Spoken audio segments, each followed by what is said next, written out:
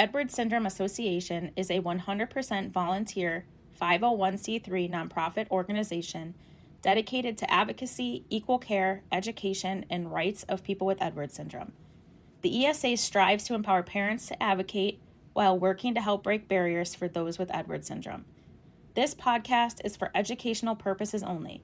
For all medical advice, please speak with your medical providers. Thank you for joining us and for breaking barriers with us.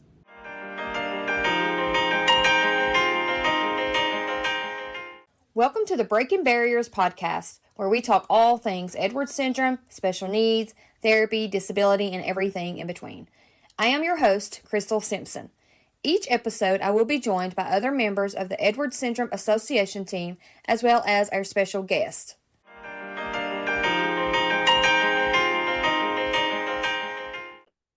Welcome to another episode of the Breaking Barriers podcast. I am Gina Polisek and will be your host for this episode.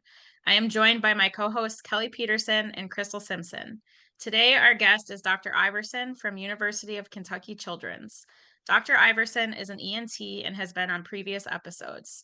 Today, he joins us to discuss the topic of apnea. I will now hand it over to Dr.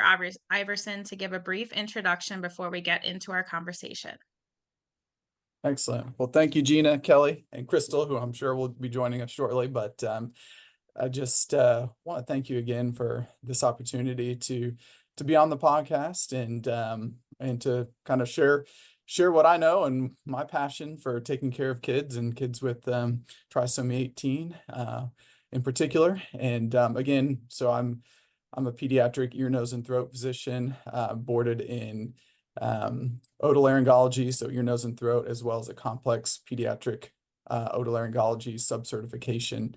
I am the chief of pediatric ENT here at the University of Kentucky, also serving as the vice chair for clinical affairs within our department. So I've been here for 10 years and got to meet a lot of amazing folks through this process, specifically, Crystal, and Gunnar through that 10 years that I've been here. And then from there, I've been able to meet you guys and be involved with this there. So again, just a very exciting thing for me as well. So thank you again for having me.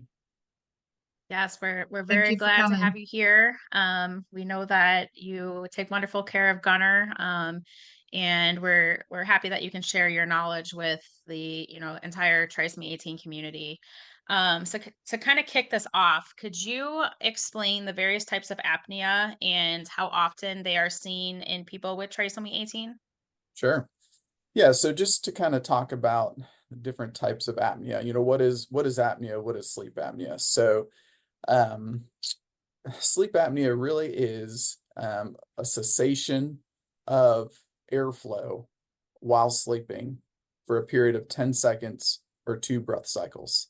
So when you think of kind of your natural kind of rhythm of breathing while you're sleeping, if you have basically where the air doesn't flow through your nose and mouth into your airway, into your lungs, for that period of time, either 10 seconds or 2 breath cycles, that's what's considered an apnea. Now, there are 2 major categories of apnea, because apnea can either come from either the brain is not triggering those breaths. So that's called a central apnea. The other type of apnea is what's called an obstructive apnea. So that's where there's an effort where the brain is making an effort to trigger a breath to breathe, but yet there is some degree of collapse or obstruction of that breath into the airway, into the lungs. And then there can be very often a combination of the two. Specifically in children with trisomy 18, we see obstructive, we see central, and we see kind of a mixture of both. And I just want to preface this by saying I am not by any stretch of the imagination a certified in sleep medicine or like a sleep pulmonologist or anything like that. Certainly my area of expertise is more in the surgical evaluation and intervention for children with sleep apnea. So I just want to be clear on that. So if, just certainly there could be more detail, but this is kind of what I've learned and what I know and how I use this information kind of for my practice. But just wanted to qualify there. But so yes, so mixed apnea is very common, and then sometimes obstructive apnea can over time lead to a central apnea, because it kind of changes your set point for breathing. So in general, when we breathe, the reason our brain triggers a breath is because levels of carbon dioxide kind of build up in our bloodstream, and that's what triggers that breath, so that we can kind of breathe off that carbon dioxide, get in oxygen. Now, over time with sleep apnea, that that sensor, that thermostat in our brain that triggers the breath can be less sensitive to carbon dioxide, just because we're used to that carbon dioxide building up and building up. And then it can change more to a central sleep apnea. Also, we get more of an oxygen dependent drive to breathe, which is where rather than higher levels of CO2 where we breathe, it's the oxygen decreasing starts to trigger a breath. So there are some changes that can occur in sleep apnea over time. And to answer the question, as far as, is apnea commonly seen in children with trisomy 18? And the answer is yes, it's quite frequent. I can't think of a patient who, I've seen with trisomy 18 who we have not been dealing with this on one level or another, some degree of severity or another. So it's very prevalent. Yes, definitely. I mean, I know all three of our kiddos have sleep apnea, different forms of it with different treatments and whatnot, but Sure. it's definitely very prevalent. I would say obviously it's a very large spectrum. So we know of some that don't have sleep apnea, but the general consensus is that most do. Mhm. Yes. So kind of leading into that, could you explain how sleep apnea differs in pediatrics versus the adult world? Yeah, absolutely. And this honestly, when I was learning about this, I've been doing this for 18 years now, but kind of early on when I was learning, I was like, wow, there's a difference between kids and adults, because there really is. Yeah. And so, what I was talking about before was that number of times that you have the pauses in your breathing, or for the two breath cycles, that's called an apnea. But there is also something that's called a hypopnea. So a hypopnea is where you don't completely stop with your breathing, but there's a reduction. Some will say 30%, some will say 50% in the airflow. And then many times that can be associated with a drop in oxygen. So that is a hypopnea. So what we're looking for are the number of apneas and the number of hypopneas per hour of sleep. So that's kind of it's called the apnea hypopnea index. So we take those events that occur over the amount of time that a child is monitored with sleeping, usually during a sleep study. That's divided by the number of hours that are slept during that sleep study time period. And then that's where you get that apnea hypopnea index. Now, I'm just going to speak to the adults first, because that just kind of gives you an idea. So if that happens, Gina or Kelly, or and you or in me, if it happens 15 times an hour, basically if we have that pause in breathing or a reduction in breathing 15 times an hour, that's what is considered sleep apnea for an adult. Now it does decrease a little bit if we have symptoms such as, like, if we're tired all the time, we've got cardiac issues, high blood pressure, things that sleep apnea can affect, attention Mhm. issues, poor concentration, those types of things. So if we have sleep apnea related symptoms, then if we have an apnea hypopnea index of 5, well, then that's considered mild in an adult. But otherwise, it's not really until you basically stop breathing 15 times an hour, which, that's kind of a lot, right? I mean, It is because we're yeah, what, 12 to 20 for adults. exactly. And and then 15 to 30 times an hour is moderate, and then more than 30 is severe. So that just kind of sets the stage for adults. Well, now in kids, we bring that threshold down so much lower, where we give kids basically 1 time an hour to have that apnea or hypopnea. So anything more than one is technically considered mild sleep apnea. So 1 to 5, really 4.9. So then if we have 5 to 9.9, that's considered moderate. And then if we have 10 or more in a child, that's considered severe. So, that threshold of that bar is very much lowered in children, and we want to treat them differently. And the reason why is because, children are growing, they're learning, they're developing. Um, during growth phases, so much of our growth hormone is secreted during our sleep cycles. So if we have interrupted sleep cycles, it can actually interrupt growth hormone production in our body that actually aids in kind of that growing.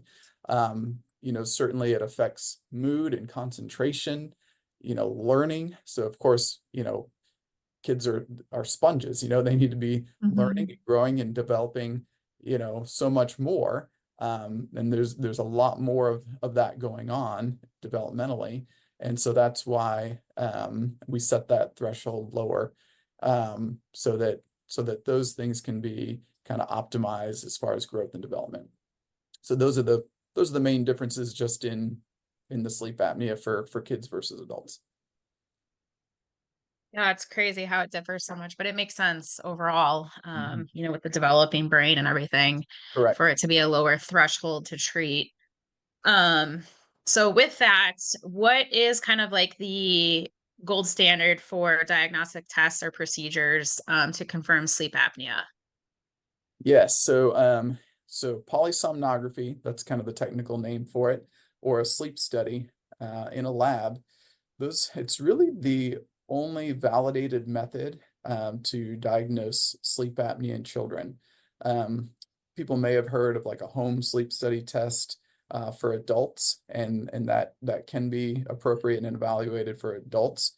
But in children, really the only way to diagnose sleep apnea in children is with what we call an overnight polysomnography in a sleep lab. I tell folks it's, you come to a hospital-like room. I'll tell them it's not really a hospital room. Ours is in the children's hospital, but it's separate. It has more of a regular type bed than a hospital bed. And I tell folks it's not like the Ritz, but more like a Motel 6, Yeah. as far as so, um, but and many times I'll tell folks that it's a sleep study, but for parents, sometimes it's a no sleep study. I Yeah. don't know if you've been there. There's a lot of kind of adjusting, and um, sometimes it can be tough to get kids to go to sleep because, I tell them nothing hurts. But what we do, the reason why it's called polysomnography is multiple things are being measured during that sleep study. And so kind of the first thing, I'm just kind of go from head to toe. First thing that's being measured are brain waves. So there's EEG, electroencephalograms that are being used. So you've got kind of these stickers on the forehead that monitor brain waves. And that is for monitoring basically the different stages of sleep. As we cycle through stages of sleep, you can see brainwave changes, even into that REM sleep, which is the rapid eye movement sleep, which is that sleep where we dream. And interestingly enough, the brain wave pattern of when we're on our dream sleep is the same exact brain wave pattern that it is when we're awake, essentially. And so that's why we know that that's where we're dreaming, because our minds are active. Now, other things that can happen during that sleep is, different muscles relax. So we have basically most muscles have some degree of tone until we get to that REM sleep. And there are only a few muscles that do not have any tone. And those are your extraocular muscles. So the muscles that move your eyes. That's actually why it's called REM sleep, rapid eye movement sleep. So your eye muscles are moving, there's some small muscles in your middle ear that remain active with tone, and thoughts for that are like, well, hey, if you're in a deep sleep, your ears are kind of still listening out for, things that may Danger. pay attention to. The other thing that is moving is your diaphragm. So the diaphragm is the main muscle that contracts rhythmically below your lungs, basically, in order to kind of expand and contract those lungs to kind of maintain your breathing while you're asleep. But essentially, every other muscle in your body will relax and not be functional. And so I don't know if you've ever had sleep paralysis before, but it's a scary thing where you kind of, you can kind of wake up and you're kind of awake, but you can't move your muscles in your Move. body. Yeah. Yeah. So Scary. weird things happen, we don't know why necessarily, but weird things happen when you are asleep. So from that, we're measuring the breathing. Okay. So that basically chest wall movement is being measured during the sleep study. Your heart rhythm is being measured during the sleep study. You're monitoring your pulse ox, so your oxygen saturation. You're measuring end-tidal CO2, which is basically the amount of CO2 that you're breathing off. That's with a little kind of cannula in your nose. Also, that helps measure air movement, so airflow. Because that goes back to how we measure an apnea is based upon that airflow. And there's also kind of some EMG electrodes that are on different parts of your body, like your legs, that help measure kind of other types of muscle movement.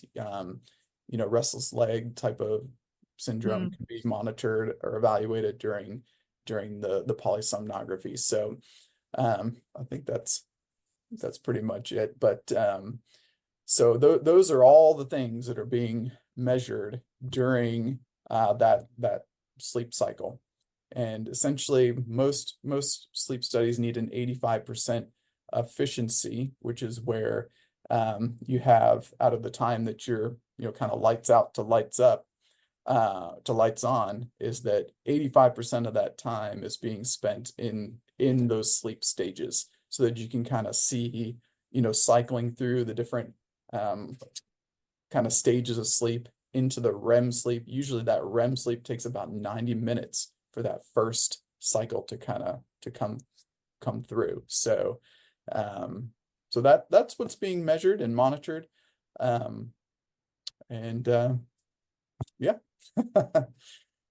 So what is it called when when you fall asleep and you do like those weird those jerks? Like almost like you're falling off of like a mountain. Right. Well, So what certainly is the that legs, classified as? it's the restless leg, movement Okay. stuff. So Yeah. yes. I do that all the time and it like scares you awake. Right. Uh, Right. Hopefully you don't get the restless leg syndrome where your legs don't stop. Yes. Right. Yeah, that's right. So what are the treatment options for pediatric sleep apnea, and how are those typically determined, like the best course of treatment? Sure. And so, certainly there's a range of treatment options for sleep apnea, and a lot of it depends on really the severity as well as the type of sleep apnea. So, you know, very simple things can be, I'll just kind of start with like non-invasive things, working all the way up to invasive types of things. So, certainly it can be as simple as putting on a little oxygen, even having a little bit of flow in your airway, kind of maintaining patency of the airway can be helpful for sleep apnea, for obstructive sleep apnea, even central sleep apnea. Certainly things like CPAP or BiPAP, CPAP stands for continuous positive airway pressure. So where you have typically some collapsing of the structures in your nose and throat, what the CPAP does is provides a continuous column of air, just basically air holding open that airway to prevent obstruction. BiPAP is similar to that. So it's like a biphasic positive airway pressure where it's basically CPAP, but then it'll either put on a rate or it'll kind of trigger when you trigger a breath, just depending on the type of sleep apnea that's being treated. But you have that basal rate of a column of air, but then when you're trying to breathe in, it'll give an extra boost to that breathing. So sometimes it can even kind of help with the cycle of breathing rather than just simply maintaining a column of air. So in some instances, there can be medical options for treating sleep apnea. Some validated medical options can be like a nasal steroid, where you can reduce inflammation in the nose to open up the nasal airway passages. There can also be things like montelukast, which is a medication that is given for asthma. It's a leukotriene inhibitor. Basically, it helps reduce inflammation. So I think of it, and I tell folks, it's kind of like a strong allergy type of medicine. But what that does is it can reduce inflammation and open airways from a medical standpoint using that medicine. And that can help with mild or residual sleep apnea. But then when we're dealing with kind of a more moderate or to a severe sleep apnea, we really look at, is there anything physically obstructing that we can address? So certainly the most common thing that people think about are tonsils and adenoid, and that's probably one of the most common surgeries that I do in my practice, are taking out tonsils and adenoid on all sorts of children. And so that's certainly many times like the quickest way to get an increased, airway, reduce that obstruction, because those tonsils, especially when kids have kind of dynamic collapse of their airway or low tone of the airway, those tonsils can just drop into the airway, obstructing. So tonsillectomy, adenoidectomy, certainly various surgeries that look at opening up the nasal airway. So sometimes turbinates can be enlarged. I've seen kids with just their nose they were born with a nose that just didn't open up all the way, either in the front or in the back. And sometimes there are surgeries that can be done to address that. Sometimes you can have what's called lingual tonsil hypertrophy, which is a tonsil that sits on the back of your tongue. And sometimes that tonsil can be large and kind of blocking up the airway. Sometimes you can have floppiness, and I think we'll get into this later. Floppiness of your airway, like of your voice box, called laryngomalacia. And that's basically where the structures that are involved in swallowing and protecting your airway can be floppy and also obstruct. The other thing that you can see is sometimes kids can just have like very narrow airways, where their mouth is small. Their facial development is smaller. They can have like a narrow palate, or they can have a small jaw. And with that small jaw, it can, the tongue is actually connected to the jaw. So if that jaw is small, set further back, the tongue then, is set further back, especially when kids are sleeping on their back, that tongue can just fall back and block the airway. So there are surgeries that are, that can be, designed or created or utilized in order to kind of move jaws forward. These are certainly more advanced types of surgeries. Move jaws forward, move the tongue forward, rearrange tissue in the back of the throat in order to help with that obstructive airway, or trim up tissue of a floppy voice box as well. And then ultimately kind of the end kind of surgery that is done many times, where basically everything, either we don't think kids are going to tolerate other procedures, or there are other lung issues going on, or just if there's not another good solution, and that's a tracheostomy. So tracheostomy bypasses all the stuff up above in the nose and throat and just goes directly into the windpipe. And that in and of itself is a way that bypasses all other levels of obstruction. And certainly with central apnea, where the brain's not triggering a breath, sometimes that is kind of the ultimate, procedure that's necessary, not just to bypass obstruction, but so that there can be a ventilator that would actually initiate those breaths and breathe for that individual. Since that's not something that would be triggered by the brain in a central apnea situation. So that's my long answer to that. That's my short answer to that. There's question. moral of the story is there's a lot of treatment options, That's right. which is great. I Mhm. know that tonsillectomies and I struggle saying this word, but adenoid You ectomies got it. are, pretty common with trisomy 18. We see kiddos having that done often. Right. What are your thoughts on those? Do you feel that they, really benefit people with trisomy 18? What have you kind of seen in your practice? Yes, certainly if the tonsils and adenoid are enlarged, that's certainly kind of the biggest bang for your buck that you can get, so to speak. Where you can do something, certainly the tonsils and adenoid, they are part of our immune system, but we have plenty of other tissue that do the same job that the tonsils and adenoid do as part of our immune system. But there's certainly things that we can function very well without, I guess is what I'm trying to say. But also, many times those can be enlarged, especially when you think about the relative size of them compared to folks that have, smaller mouths, smaller throats, smaller craniofacial structures, because certainly that is something that we do see quite commonly in children with trisomy 18, is that they have the micronathia, microcephaly, so smaller mouth openings, narrower palates. They've got more of that hypotonia.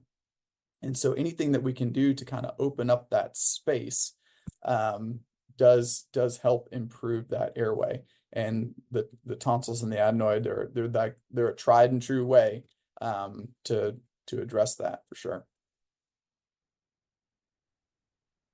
And how does sleep apnea, I know you've kind of briefly touched on this a bit, but how does it differ in children with, conditions like trisomy 18 versus, other, people in Mhm. managing sleep apnea? Yes, so certainly differs in that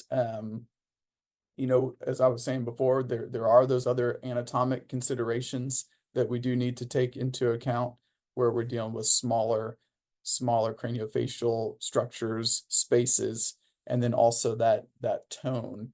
Where many times there's more of a hypotonia, sometimes reflux can be more present, floppiness of airway, just floppiness of kind of the sidewall collapse of the pharynx or the hypopharynx, which are basically the walls of the throat. So those are things that we see more commonly in children with trisomy 18 than we do in typically developing children that have sleep apnea. And a lot of times, sleep apnea can be related to more of a weight type of thing.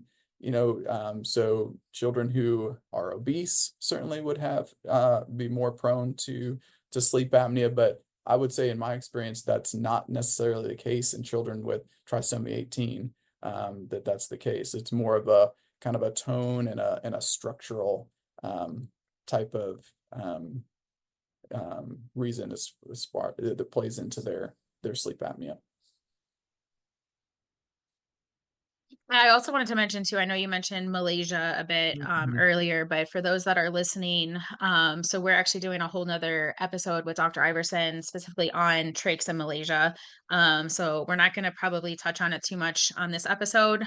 So if you are listening and are interested in that, look out for that other episode that will release as well. Um, so kind of going back to what we've been discussing, what age do you feel, children specifically with trisomy 18, Mhm. should be assessed? When should their airways be assessed? At what age would you feel is best? So as far as their airway being assessed versus a sleep study or just I guess both really. okay, If you could hit on, sure. the airway assessment with scoping and then also a sleep study. Yeah. Well, as far as their airways being assessed, I think that's something that's kind of done from birth, honestly. A lot of times we'll see folks in the NICU um, who have been diagnosed with trisomy 18 and they're either, on a ventilator, intubated, or they may have some CPAP. um, going on, or BiPAP, or even oxygen. And many times we'll get a request to evaluate them in the NICU to come in and do a scope when they're, shortly after being born, even sometimes, just kind of assessing for other, types of structural things that could, help wean off of oxygen, help wean off of CPAP, that we could address. So I think earlier is definitely better from that standpoint. As far as and then, as kids grow, we're kind of continually reassessing, because tonsils and Mm-hmm. adenoid are not big at birth, right? Those don't get big until later in childhood, once that immune system has had time to kind of respond to things in the environment. And those tonsils, I tell folks, the tonsils have a chance to work out and get big, and Mm-hmm. be more prominent. So those are certainly not seen right at birth, but can be developing over the first few years of life. As far as getting a sleep study, there really is no, to my knowledge, amongst clinicians, like a specific time at which a sleep study is recommended to be obtained for children with trisomy 18. I think in general, we see that happen anytime from probably a year on. And sometimes it's ongoing, and multiple sleep studies are done. And sometimes it's repeating a sleep study every year. There is a general consensus in, children with trisomy 21, that there is a recommendation to have a sleep study if you haven't had one by age 4. But that recommendation really just doesn't exist in the general, overall literature, at least to my knowledge, at this point in time, for trisomy 18. And a lot of it's just kind of guided by, you know, by, children's needs for support, for oxygen, CPAP, whether or not they're able to wean from that, guided by symptoms, snoring, witness apnea, turning blue, these cyanotic episodes, many times feeding is involved, growth is involved. So kind of looking at all these things together to decide, along with families, when's an appropriate time for a sleep study. And the other thing to mention too is that not all centers can do sleep studies for all ages. Mm-hmm. 10 years ago, when I started at the University of Kentucky, they could not do a sleep study on anyone under 18 months of age. We had to send them out. And so that was just kind of a hospital policy. But there has since been, growth and development in that program, and certainly programs at other institutions where, so now we can do sleep studies basically at any age. But so those are other, sometimes limitations to getting a sleep study. Yeah, that makes sense. I feel like there's so much going on for a lot of these babies too that it's hard to kind of navigate, what to do when you got the heart involved and, Right. so many different things. But certainly it sounds like the general consensus is as early as possible, especially if you are seeing, signs and symptoms. So Right. kind of going off of that, and I know again you kind of touched on this already, but what signs and symptoms specifically should parents, kind of be looking out for to, maybe Mhm. push for a sleep study or further scoping to be done if, they're seeing those at home with their child? Yeah, absolutely. So, if we're not weaning from oxygen or CPAP, those would certainly be some things, but just other things that you see kind of developing, in absence of that, would be, snoring. So snoring to the point where, you know, basically there's a pause or a gasp. You can kind of even see that 10-second pause sometimes. And many times I'll ask families just to bring in a video. I'll say, hey, take some videos of your child sleeping just so I can take a look at it. And certainly that's not a sleep study or a substitute for a sleep study, but I think it's just helpful to see, if you see that happening. Many times I'll ask kids or ask parents, do they scare you while they're sleeping? It's because many times we'll get the answer of, yeah, they snore and they stop breathing. I wonder if they're going to start breathing again. And so those are other things that, definitely if we're having that, We need to evaluate the airway, evaluate with a sleep study. Cyanosis, so kind of blue spells, that type of thing. And certainly depending on the, on the cardiac status of a patient with trisomy 18 and, whether we're in a repaired or an unrepaired state. I won't necessarily speak to any of that because that kind of goes beyond the scope of really what I deal with. But, certainly there can be baseline levels of hypoxia or low oxygen and cyanosis, but certainly there can be cyclical things that you see during sleep cycles. Poor weight gain is another thing that sometimes we'll see. We talked about that growth hormone that's secreted. And the other thing that we also see is sometimes kids are just, they're working so hard to breathe that a lot of their calories go into breathing and not necessarily the growth. So those are other things to look for, as well as just, excessive daytime sleepiness or falling asleep easily. These are other questions that we kind of ask folks and to kind of gauge the level of of how much sleep apnea we may or may not have, or how aggressive we should be at looking into it more. Do you feel that babies are going home from the NICU with appropriate support in many of these cases, as well as even, children that have been discharged from the NICU and, things may be arising? Do you feel like they're getting appropriate support, from this area? Mm-hmm. Yeah, thankfully at our institution, I feel like the answer to that is yes. I can imagine that in some places that may not be the case. I would say we're fortunate where we are and where a lot of folks are, especially with kind of tertiary and quaternary referral centers, that yes, there's a lot of great support. The NICU is very involved. They get us involved early and often, and there are other like NICU grad type of clinics or complex care clinics that are available, especially with what we have at the University of Kentucky. There's a whole complex care NICU grad clinic that provides a lot of support and just kind of really I mean, they spend probably a couple hours with each patient visit interaction, just kind of assessing, the whole patient needs, family needs, all those things. And many times we become a part of that assessment and working things up further. So I would say yes, it can be done, and it can be done very well.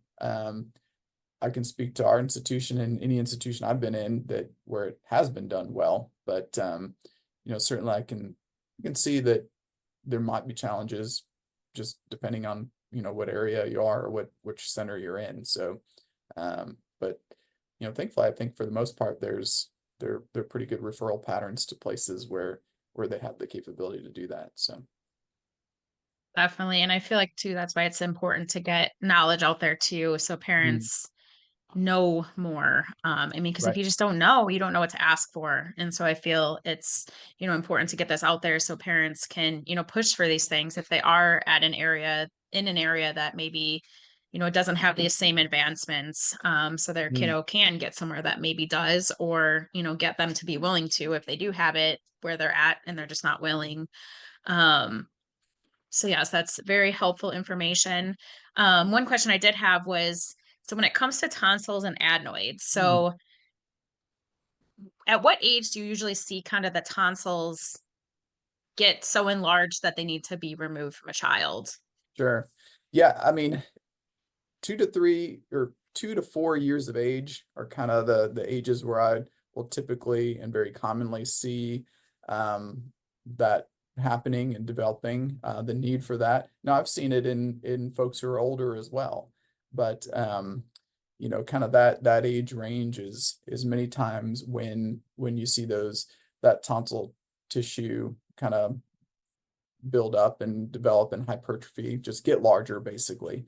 And so the way I tell folks, I mean, like, why do we have tonsils? What's the whole point of these things? And the the way I postulated, this is just me postulating, right? So like, where does everything go in an infant? It goes to the mouth, like, right? Like that's the way that we are programmed to explore our world. So everything outside of the body first comes in through the mouth. So those tonsils are there. They're picking up foreign material. They're picking up viruses, bacteria. They're learning the immunity. So they're working on developing immunity where they produce antibodies or other infection fighting cells to fight infections that come into our body. They're also creating cells that have a memory to where if we're exposed to that same thing again, we can react to it and react to it quicker, and then produce that infection fighting immune system response. So it's like all that it's coming in through your mouth or through your nose, whether you breathe them in, and the adenoid is kind of the gatekeeper to the nose. So that's where that tissue is located. So the first few years of life are really where we see a lot of that being developed and enlarging.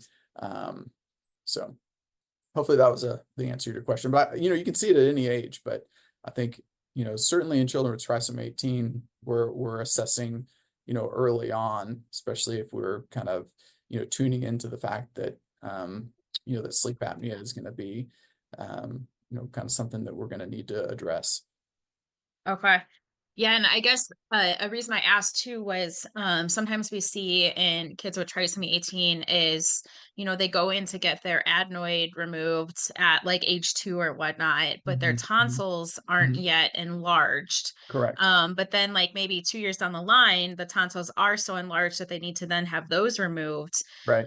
So kind of like, what is your philosophy in regards to like, would you generally take the tonsils with the adenoids, or would you do 2 separate surgeries in that situation? If, That's for a kiddo like that. right. That's a good question. And a lot of it is just kind of patient dependent, whether or not what we feel to be the most contributing factor to a child's sleep apnea. Like in general, if I can avoid taking out some tonsils until a child is 3, I'm usually pretty happy about that, because taking out the adenoid is fairly straightforward. We just go in, we just shave it down. There's no capsule to the adenoid. You cauterize it down, you shave it down, multiple different methods, just gets it out of the way. Tonsils, they have a capsule to them. They've got a robust blood supply. Having your tonsils out is a much more difficult thing to recover from than having your adenoid out. Certainly there's a risk of bleeding. It's a 1 to 2% chance of having some bleeding where it can be scary and you have to go back to the operating room to stop it. Kids don't bounce back from having their tonsils out as easily. So, if those tonsils are not large or not thought to be contributing to the sleep apnea, in general, I'm just not eager to put a child through that at a young age or assume some of those risks involved, unless we really feel like it's going to be a major impact in their sleep apnea overall. Yeah, that makes perfect sense. And that's definitely good information to know. Also, low key, I think it's very interesting that it's adenoid, just singular and not plural, because I feel like everybody always says adenoids. So Yeah. just wanted to throw that tidbit out there. Yeah. Oh, I have a funny story about that if I have time to say it. Yes. One time I was talking to a family and to a mother of a child, and I was like, yeah, so we're gonna take out the tonsils and the adenoid, and she corrected me. She was like, the adenoids, both of them, and I was just like, yes, ma'am, we're gonna take them. Yeah, we'll do that. So I wasn't gonna be like, wow, there's only one adenoid. So, but the truth is there is only one adenoid pad. So, both sides of the nose, we've got that septum, which is the wall that separates the two halves of the nose. As we get to the very back, that septum stops, and then it opens up into one cavity back there in the back of the nose. And in the back of that cavity in the nose, we've got the adenoid that's plastered just right on that back wall. And then either sides of the adenoid, we have these basically folds of cartilage and some tissue that is the opening to that eustachian tube, that natural tube that drains from the ear into the back of the nose. So that adenoid pad sits between the eustachian tubes in the back of the nose. Now, the adenoid pad itself has like multiple fronds of adenoid tissue that kind of come off of that pad. So my assumption is that the adenoids plural comes from, you know, these fronds of tissue that come off of that adenoid pad, but there is only one adenoid. Yeah, I always find that really funny. Mhm. Do you feel that airway surgical intervention is continuing to improve as technology does? So yeah, I think the answer is yes, but only more recently. Because you know, I think the techniques that have been around to address sleep apnea, obstructive sleep apnea, have been around for a very long time. I mean, tonsils have been taken out since, you know, Egyptian times, you know, that I've Yeah. been able to read about. So tracheostomies have been done, you know, since ancient times, you know, certainly with a lot more, you know, morbidity back then. But you know, but as far as taking out tonsils, taking out adenoids, shrinking turbinates, I mean, improving the nose, improving the jaw, like these, taking out lingual tonsils, you know, there are other procedures where you basically screw a screw into the, you know, into the lower jaw and then loop a wire around the back of the tongue to pull that tongue forward. I mean, from a technological standpoint, these aren't really like advanced technological things. Um, but you know, people kind of think about different ways how to use, you know, just these long-standing surgical or technical type of interventions in order to improve the airway, and then ultimately trach, you know, that's been around forever as well. I think the one thing that really, from a technological standpoint, and we'll kind of have to see where this one goes, and it's kind of exciting, is the hypoglossal nerve stimulator. Have you ever heard of this? No. So this is something, it's approved in adults right now. And it's improved down to about 12 years of age right now in children who have trisomy 21. But it's for certain types of sleep apnea. So basically where there's glossoptosis, or where the back of the tongue falls into the back of the throat. And Mhm. that's assessed on what we call, you know, we talked about scopes in the past. There's a sleep endoscopy procedure that we do while a child is, or an individual is asleep, with some anesthesia, trying to replicate natural sleep as much as possible. And you basically look for areas of obstruction. Well, if that tongue falling back into the airway is a significant part of that obstruction, there's a device that's implanted almost like a pacemaker, and it's got one sensor that goes down to the intercostal muscles, or the muscles Mhm. that are between the ribs. Ribs. Because, you know, as those expand, you know, it senses, you know, that expansion of the chest cavity. But then there's also an electrode lead that comes off of it, and it's implanted around the nerve to the tongue. So the nerve to the tongue is called the hypoglossal nerve. So what it'll do is it'll pace the timing of the breaths with stimulating the tongue, giving it some tone, so that tongue will kind of protrude forward during the breath cycle in order to kind of open up the airway. So that I think is a pretty cool advancement in technology, That is. that has had some good success. People have come off of CPAP from it. But I think, you know, as far as, you know, how we apply that to younger children, and children who have other either trisomy issues or craniofacial type of obstruction for sleep apnea, you know, that's kind of yet to be determined. So I think that's that's an exciting thing on the horizon in sleep apnea at this point in time.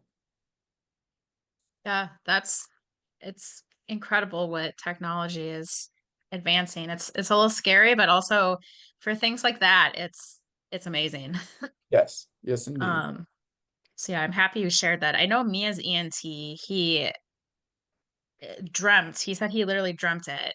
Some like tongue procedure that is Mhm. just becoming kind of out there. I forget what it's called, but I'm sure you've probably have heard of it. I just don't know it off the tip of my tongue, but no pun intended No there. pun intended. But yeah, um, it's just amazing the advancements and what Yeah, some of you doctors think up to, just help with sleep apnea. It's crazy to think like what 10, 20 years down the line is going to be like, absolutely.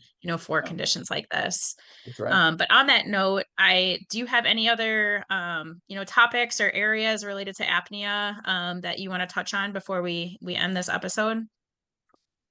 Um, you know, as far as specific areas, I think we covered it. For the most part, I just will say, you know, that's just kind of, especially specifically to trisomy 18, we're trying to balance, because a lot of times there are unrepaired heart defects, Art. Mhm. pulmonary hypertension, all these things, which certainly we want to be aggressive in treating sleep apnea, because sleep apnea can put more strain on the heart and those types of things. But certainly, those types of conditions can make surgeries more risky, right? So so there's just this balance of, being aggressive in treating the sleep apnea, but making sure that we're taking an appropriate risk benefit analysis to make sure that each individual child, each individual family understands this, and we're kind of, discussing things with the cardiologist, we're discussing things with the pediatric cardiac anesthesia, the surgical teams, and that treatments are not just a one size fits all, but Mhm. specifically based on the individual child's anatomic needs, severity, other comorbidities that are involved. Um, and then it's a decision making that just has to happen between, the providers and the families, and just a lot of, like what we're doing here is just educating folks, asking questions so that families can make the best decision for their children. Definitely. Yeah, that's very good advice and information. I mean, it's definitely person dependent. There's no one size fits all That's right. for these things. And I mean, there's certainly conditions that are very prevalent with trisomy 18, but no one child is the same.